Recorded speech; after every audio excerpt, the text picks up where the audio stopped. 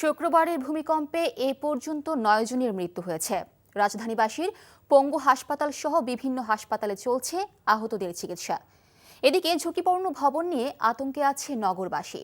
আরও জানতে যাচ্ছি পুরান ঢাকায়, সেখান থেকে সরাসরি যোগ দিচ্ছেন স্টাফ করেসপন্ডেন্ট আবির আহমেদ। আবির, গত শুক্রবারের ভূমিকম্পের বিষয়ে কি বলছে পুরান ঢাকার মানুষ?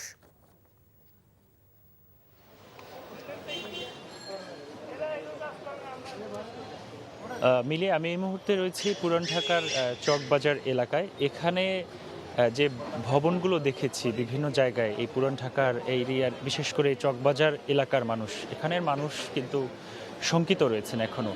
শুধু ভূমিকম্প নয়, এছাড়াও এই এলাকাতে যদি আগুন লাগে সেটি নির্বাপনের ব্যবস্থা কিভাবে হবে সে নিয়েও বিষয় নিয়েও কিন্তু এখানে সাধারণ মানুষ চিন্তিত। আমি যদি আমার পেছনের জায়গাটি দেখাই, এখানে যে ভবনগুলো দেখাতে চাই, ভবনগুলো কিন্তু একটির সাথে লাগানো, মাঝখানে কোনো ফাঁকা নেই এবং এই ভবনগুলো কিন্তু অনেক পুরনো এবং ঝুঁকিপূর্ণ রয়েছে। এবং এখানের যারা স্থানীয় বাসিন্দারা যারা বলছেন যে এই ধরনের যে ভবনগুলো রয়েছে, এই ভবনগুলোতে অনেক বছর ধরেই এরকম ভাবে রয়েছে।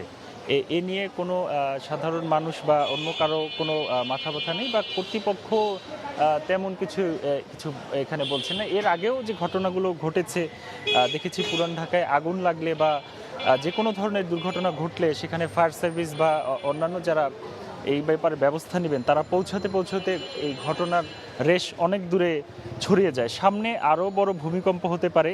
এই গতকালের এই বড় 5.7 মাত্রার ভূমিকম্প কিন্তু সেটি চোখে আঙুল দিয়ে দেখিয়ে দিয়েছিল। সক্রিয় টেকটনিক প্লেট যেটি আটকে ছিল, সে আটকানো অবস্থা থেকে খুলে যাচ্ছে, এমনটি বলছে বিশেষজ্ঞরা। এই ঘটনাটি দুর্বলভাবে নির্মিত ভবনগুলোর সৃষ্ট বিপদেরও কিন্তু ভয়াবহ উদাহরণ। এক জরিপে দেখা গেছে মিরপুর, মোহাম্মদপুর, পল্লবী, রামপুরা, মতিঝিল, খিলগাঁওয়ের মতো এলাকা অনেক স্থাপনা কাঠামোগত ও নকশার মান পূরণে কিন্তু ব্যর্থ রয়েছে। এবং আমি যেটি বলছি যে এই পুরান ঢাকার যে এলাকায়, এখানে প্রায় 90% যে ভবন রয়েছে এগুলো কিন্তু ঝুঁকিপূর্ণ এবং সাধারণ মানুষ তাদের ওই ভূমিকম্পর রেশ তারা এখনও কাটিয়ে উঠতে পারেনি, তারা এখনও শঙ্কিত। মিলি।